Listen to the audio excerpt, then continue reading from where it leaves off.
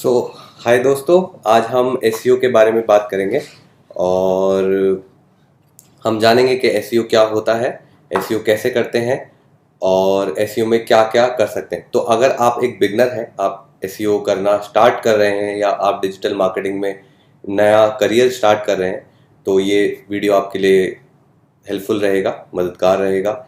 सो आज हम एसईओ के बारे में बात करेंगे हिंदी में। सबसे पहले जानते हैं कि एसईओ क्या होता है। SEO is search engine optimization. तो इसका हिंदी तो मैं नहीं कर पाऊंगा, but search engine optimization is कि गूगल पे आपकी रैंकिंग कितनी अच्छी आती है। तो हर कोई अपने बिजनेस में गूगल में फर्स्ट रैंक, सेकंड रैंक लेना चाहेगा। तो रैंक क्या होती है? गूगल के सर्च पे एक पेज पे 1 to 10 रैंक होती है। तो लास्ट दो आखिरी वाली है वो 10th रैंक है और जो पहली है वो फर्स्ट रैंक है। तो एसईओ में आप कैसे रैंक करते हैं ये एसईओ बताते हैं। तो एसईओ के दो पार्ट होते हैं, एक होता है ऑन पेज एसईओ, एक होता है ऑफ पेज एसईओ। तो ऑन पेज एसईओ में क्या होता है उसके बारे में आज हम ज्यादातर बात करेंगे। तो शुरू करते हैं। तो एसईओ के बारे में अगर हम बात करें और ऑन पेज एसईओ के बारे में करें, तो ऑन पेज एसईओ वो होता है कि आपकी वेबसाइट पे क्या कंटेंट है, क्या मटेरियल आपने लिखा है, क्या कीवर्ड्स आपने लिखे हैं, क्या आर्टिकल आपने लिखा है, तो वो होता है ऑन पेज एसईओ। अब इसमें बहुत सारी चीज़ें हैं जो हमको ध्यान रखनी चाहिए, तो मैं शुरू से शुरू करूँगा। तो आप कभी भी ऑन पेज एसईओ कैसे स्टार्ट करेंगे? अगर आप कोई ब्लॉग शुरू कर रहे हैं, फॉर एग्जांपल आप हम उदाहरण के तौर पे लेते हैं कि अगर आप एक डेटिंग वेबसाइट के बारे में ब्लॉग शुरू कर रहे हैं, तो आपको बहुत डिटेल में उसको लिखना पड़ेगा कि क्या होती है डेटिंग करना, ऑनलाइन डेटिंग आप कैसे करते हैं, उसमें कौन कौन सी वेबसाइट्स हैं, उनमें क्या क्या पॉइंट्स है। तो जितना थॉरो, जितना डिटेल में आप उसको लिखेंगे तो उतना ही वो वेबसाइट अच्छे से स्टार्ट होगा। तो सबसे पहली चीज है कि चूज करना। आपको हमेशा एक थीम चूज करनी है और उस थीम के अकॉर्डिंग ही लिखना है। तो अगर आप जैसे ऑनलाइन डेटिंग के बारे में लिख रहे हैं, तो आपको ऑनलाइन डेटिंग के बारे में ही लिखना है। शुरू में बहुत सारे आर्टिकल, तो आप उसमें अलग अलग तरीके कर सकते हैं। ऑनलाइन डेटिंग कितने प्रकार की होती है, ऑनलाइन डेटिंग कैसे कैसे वेबसाइट से होती है, अगर आप ऑनलाइन डेटिंग पे जा रहे हैं तो आप कैसे स्टार्ट करें, कैसे क्या करें। उसको पढ़ के ऐसा लगना चाहिए कि इस वेबसाइट पे सब कुछ लिखा हुआ है, उस वेबसाइट पे आपको सारी जो इन्फॉर्मेशन है वो सारी इन्फॉर्मेशन अवेलेबल है। इतना डिटेल में आपको लिखना पड़ेगा। उसको लिखने से पहले भी आपको उसका कीवर्ड रिसर्च करना पड़ेगा कि आपके जो ब्लॉग आप लिख रहे हैं उस ब्लॉग का सबसे इंपॉर्टेंट टॉपिक क्या है, लोग किस कीवर्ड से सर्च कर रहे हैं। तो आपको ये सर्च करना पड़ेगा। आप पहले गूगल में लिखेंगे, जैसे फॉर एग्जांपल अगर आप ब्लू टी शर्ट बेचते हैं या आप टी शर्ट का बिजनेस करते हैं, तो आपको टी शर्ट में ऐसा नहीं होगा आप टी शर्ट से स्टार्ट करेंगे, आप एक छोटे नीश से स्टार्ट करेंगे, आप ब्लू टी शर्ट से स्टार्ट करेंगे। तो आप लिखेंगे ब्लू टी शर्ट, तो अब लिखाएगा blue T shirt for men, blue T shirt for women, blue T shirt for kids, ऐसे ऐसे आएगा। तो आप उसमें से एक टॉपिक पकड़ेंगे, जैसे आपने पकड़ लिया blue T shirt for main.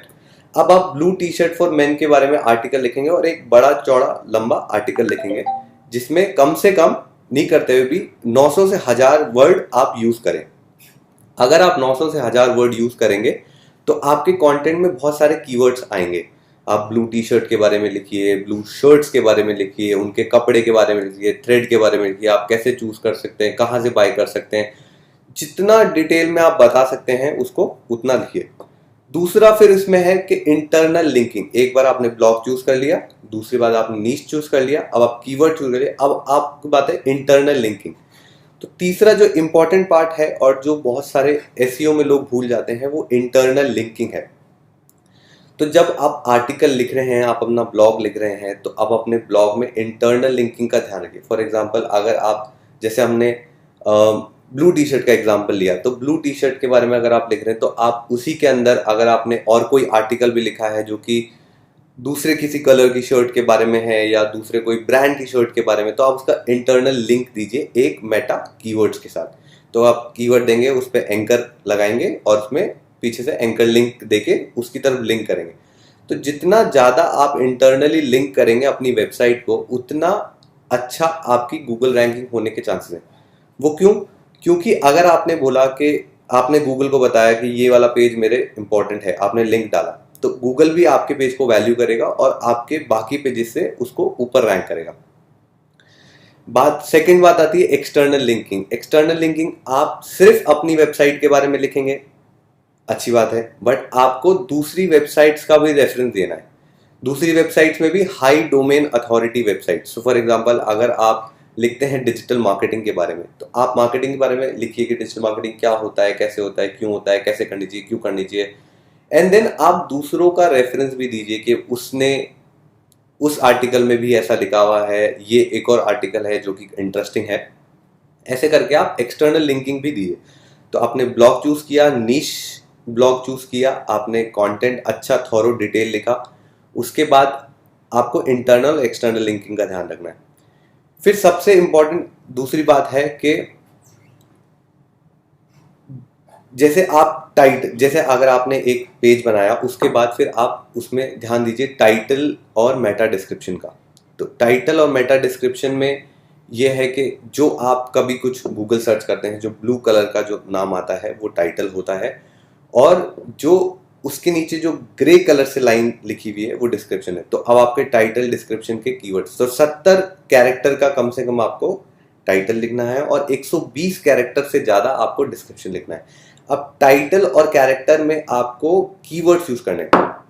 For example, अगर आप मार्केटिंग के बारे में लिख रहे हैं तो आपको टाइटल में मार्केटिंग लिखना है, डिस्क्रिप्शन में भी मार्केटिंग लिखना है, सो दैट आपकी वेबसाइट का टाइटल और डिस्क्रिप्शन देख के कोई भी आइडेंटिफाई कर पाए कि जो आर्टिकल वो पढ़ने वाला है या जिस वेब पेज पे वो जाने वाला है वो किस बारे में है।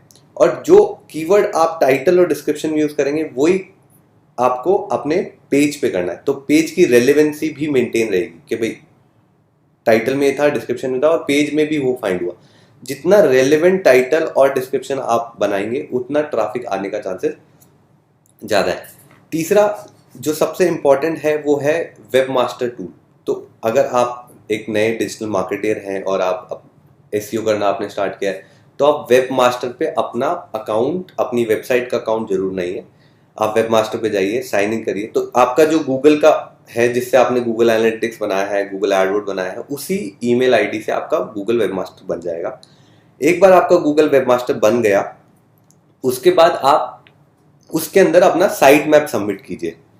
तो उसके अंदर साइट मैप के अंदर आप बता रहे हैं गूगल को ये मेरी वेबसाइट है और ये उसके अंदर लिंक्स हैं और ये उसके पेजेस हैं। तो गूगल बॉट आपकी वेबसाइट को अच्छे से क्रॉल कर पाएंगे और आपकी कंटेंट को अच्छे से डिस्कवर कर पाएंगे, देख पाएंगे। जितना ज़्यादा वो आपके कंटेंट को क्रॉल करेंगे उतना ज़्यादा वो आपको रैंक करने का चांसेस ज़्यादा होगा।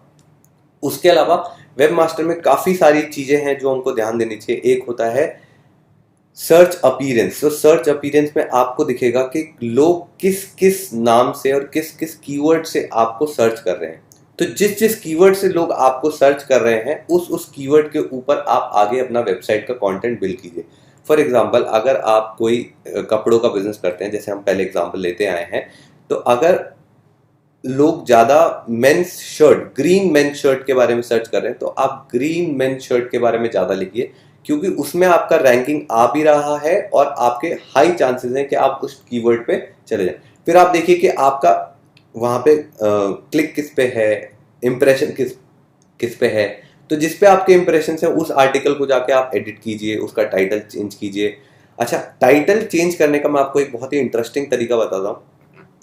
तो जैसे अगर आप कोई आर्टिकल लिख रहे हैं, उसका कोई टाइटल है, तो आप क्या कीजिए, उस आर्टिकल में आप सर्च कीजिए। जैसे आपने अगर डिजिटल मार्केटिंग के बारे में लिखा तो आप डिजिटल मार्केटिंग, जैसे एसईओ डिजिटल मार्केटिंग के बारे में लिखा तो आप एसईओ डिजिटल मार्केटिंग सर्च कीजिए गूगल पे। आपके कॉम्पिटिटर्स के कीवर्ड्स, आपको कॉम्पिटिटर्स के टाइटल्स आपको पता लगेंगे और उन टाइटल्स को यूज करके आप अपना खुद का बनाइए। तो हो सकता है अगर कोई आपसे ऊपर आ रहा है तो उसका टाइटल ज़्यादा अच्छा हो सकता है, तो आप उसका यूज करके दूसरा भी आप टाइटल जनरेट कर सकते हैं। तो आपको क्रिएटिव होना पड़ेगा, आपको ऐसा कुछ लिखना पड़ेगा अपने टाइटल डिस्क्रिप्शन में जिससे आपका कंटेंट पूरा बताया जा सके और वो काफ़ी इंटरेस्टिंग लगे। तो ये आपके लिए दूसरी टिप है। फिर एक लास्ट में हम आपको बताएंगे, जैसे अगर मैं आपको बताता हूँ ऑफ पेज, तो एसईओ की, जैसे एसईओ की बात करते हैं तो पहले एसईओ की बात कर लेते हैं। तो एसईओ में अगर आप वर्डप्रेस की वेबसाइट बनाते हैं तो एक है योस्ट प्लगइन। तो योस्ट प्लगइन आपको काफ़ी मदद करता है आपको सर्च करने में। तो योस्ट प्लगइन से आपके मेटा डिस्क्रिप्शन, टाइटल्स, अपीयरेंस, कितने कीवर्ड्स हैं, क्या फोकस कीवर्ड हैं, वो सारा पता लगेगा। तो वो काफ़ी आपके लिए मददगार रहेगा। तो आप योस्ट, अगर आप वर्डप्रेस पे वेबसाइट बनाएं तो आप योस्ट का प्लगइन यूज़ कीजिए। वहाँ पे आपको सारी रिपोर्ट देगा और रिपोर्ट में बताएगा कि आपको क्या क्या चीज़ें और करनी है, क्या क्या चीज़ें आप सही कर चुके हैं। तो ये था एक ओवरव्यू ऑन एसईओ। तो अभी लेते हैं आपके क्वेश्चंस और देखते हैं आपके क्वेश्चंस में क्या क्या और आ रहा है, और देखते हैं। एक सेकंड।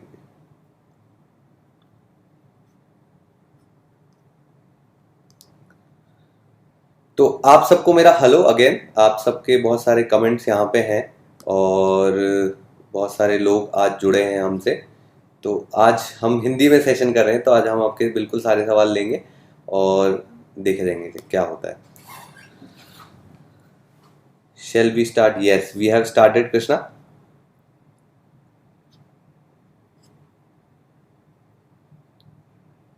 एक सेकंड रुकिए।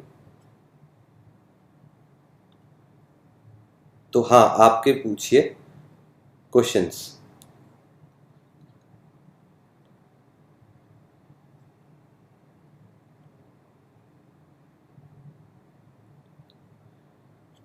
एक सेकंड में थोड़ा स्क्रीन के उसको सही कर लेते हैं ताकि हम आपके क्वेश्चन देख पाए और उसको आंसर कर पाए। हाँ, तो अर्चित ने क्वेश्चन पूछा है how to start a blog. तो मैं आपको वही बता रहा था, how to start a blog. अगर आपको ब्लॉग स्टार्ट करना है तो आप सबसे पहले काम कीजिए, आप नीश सेलेक्ट कीजिए। नीश आपका काफ़ी क्लियर होना चाहिए। तो जैसे अगर आप, मैं एक और एग्जांपल लेता हूँ, अगर आप कोई स्टार्टअप कर रहे हैं या फिर आप कोवर्किंग स्पेस करते हैं, लेट्स से अगर आपकी कोवर्किंग स्पेस है तो आप कोवर्किंग स्पेस के बारे में ब्लॉग लिखिए कि एक किसी को भी कोवर्किंग सेलेक्ट करते वक्त क्या क्या चीज़ें ध्यान रखनी चाहिए। तो जैसे अगर आप कोवर्किंग के बारे में लिख रहे हैं तो आपको सब कुछ कोवर्किंग के बारे में लिखना है। आपको उनके बारे में टिप्स लिखनी है, उनके बारे में फाइनेंशियल्स के बारे में बताना है, कहाँ कहाँ कोवर्किंग है, कौन कौन से कोवर्किंग है, कैसे कैसे कोवर्किंग है। और हर बार आपको सिर्फ कोवर्किंग के, जब तक आप एक कीवर्ड या एक नीश के ऊपर आप अच्छा रैंक ना करने लगे जाए, आपको सेम चीज के बारे में ब्लॉग करना है। एसईओ अगर आप चाहते हैं या ब्लॉग आपका आप ऊपर ट्रैफिक चाहते हैं तो आपको ध्यान रखना होगा आपका ब्लॉग काफी इंटरेस्टिंग होना चाहिए। वो इंटरेस्टिंग ब्लॉग ही आपके दूसरे फ्रेंड्स को आपके पास लेके आएगा या काफी लोगों को आपके ब्लॉग पे रखेगा। तो आपका ये काफी डिटेल्ड होना चाहिए ब्लॉग। तो आप सबसे पहले नीश चूज कीजिए और फिर स्टार्ट कीजिए, और याद रखिएगा इंटरेस्टिंग टॉपिक चूज कीजिएगा। और दूसरा पॉइंट ये है, ओनली उसी बात की बात, सिर्फ उसी चीज के बारे में लिखिए जिसके बारे में आप पैशनेट है। जैसे मैं डिजिटल मार्केटिंग के बारे में पैशनेट हूँ तो मैं डिजिटल मार्केटिंग के वीडियोस कर रहा हूँ, तो उसी चीज के बारे में लिखिए जो कि आप पैशनेट है। तो अर्चिता, अगर मैंने आपका जवाब दिया तो please right me in the content. अच्छा, ये जो अभी हम सेशन कर रहे हैं, अगर हम जो काफ़ी लोग इसमें जुड़े हुए हैं, अगर हम शेयर करेंगे फेसबुक पे या फिर किसी अपने फ्रेंड के साथ, आप वीडियो लाइक कीजिए, वीडियो में डिजिटल मार्केटिंग के बारे में पूछिए, आप बहुत सारे डिजिटल मार्केटिंग के बारे में क्वेश्चन पूछिए, तो और लोग जो डिजिटल मार्केटिंग के बारे में सर्च कर रहे हैं उनको ये वीडियो दिखेगा। तो हम सबका कंट्रीब्यूशन ये होगा कि जितने ज़्यादा लोग इस वीडियो में अभी आएंगे उतने ज़्यादा स्मार्ट क्वेश्चन वो पूछेंगे और उतने ज़्यादा स्मार्ट हम आंसर दे पाएंगे। तो नंदन पाल ने पूछा है kind of sir talk about page rank algorithm. So page rank algorithm मैं अभी आपको सबसे बताता हूँ, सबसे लेटेस्ट पेज एल्गोरिथम है हमिंग बर्ड। तो हमिंग बर्ड में इट्स अबाउट कि आप, humming bird is about the detail and the theme of the blog. तो आप किस थीम के बारे में लिख रहे हैं, किस नीश के बारे में लिख रहे हैं, वो बहुत ही इंपॉर्टेंट है। तो अगर आप कोई भी, जैसे कोई भी अगर आप नीश पकड़ते हैं तो उस नीश के बारे में ही लिखें। फॉर एग्जांपल अगर आप पाम रीडिंग के बारे में लिख रहे हैं एस्ट्रोलॉजी में, तो एस्ट्रोलॉजी एक बहुत बड़ा टॉपिक है, बट एस्ट्रोलॉजी में सिर्फ किसी एक टॉपिक के बारे में आपको लिखना है। एस्ट्रोलॉजी में सिर्फ आपको पाम रीडिंग पे लिखना है। तो अगर आप सिर्फ पाम रीडिंग पे लिख रहे हैं तो आप पाम रीडिंग के बारे में बताइए और डिटेल में बताइए, जितना डिटेल में आप बता सकते हैं, जितना बड़ा आर्टिकल आप लिख सकते हैं उतना बड़ा आर्टिकल आप लिखिए, वो आपके लिए हेल्पफुल रहेगा। हाय मनदीप, आप एसईओ का के बारे में कुछ भी सवाल पूछ सकते हैं and we get answer on it, so let's know. और प्लीज ये वीडियो शेयर कीजिए सो दैट आपके और फ्रेंड्स आ सकें and we have a high audience. तो और क्या क्वेश्चन है, पूछिए।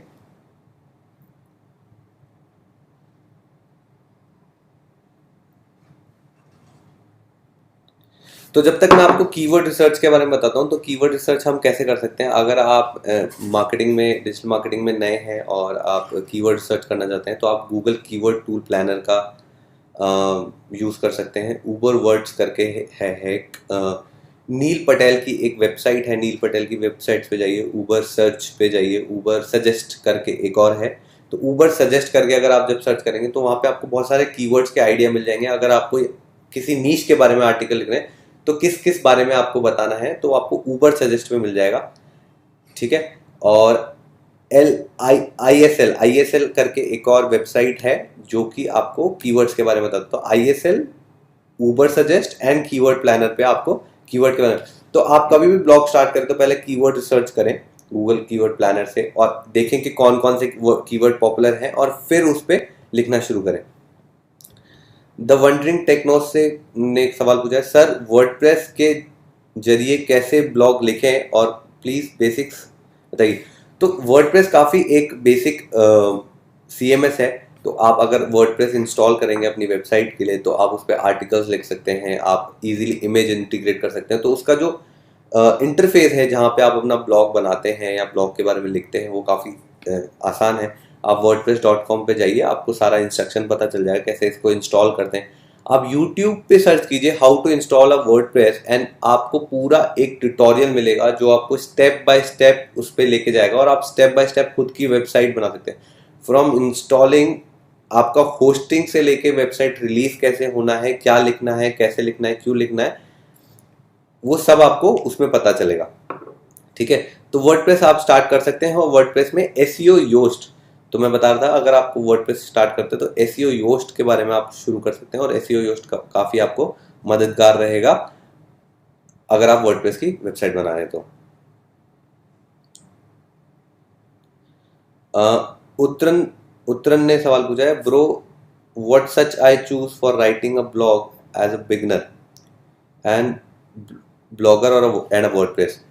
सो उत्तरन, I am giving answer in Hindi today. So मैं आपको हिंदी में बताऊंगा। तो अगर आपको ब्लॉगर स्टार्ट करना है तो सबसे पहले मैंने बताया आप नीश सेलेक्ट कीजिए, आपको किस नीश के बारे में लिखना है।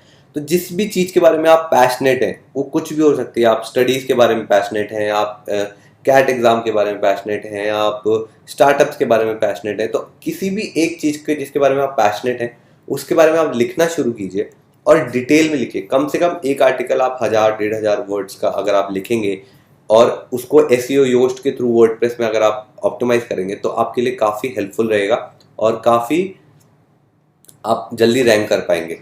तो उतना आपके लिए सबसे पहले हिंट ये है कि आप नीश सेलेक्ट कीजिए और नीश बहुत ही छोटा होना चाहिए, बहुत ही स्पेसिफिक होना चाहिए।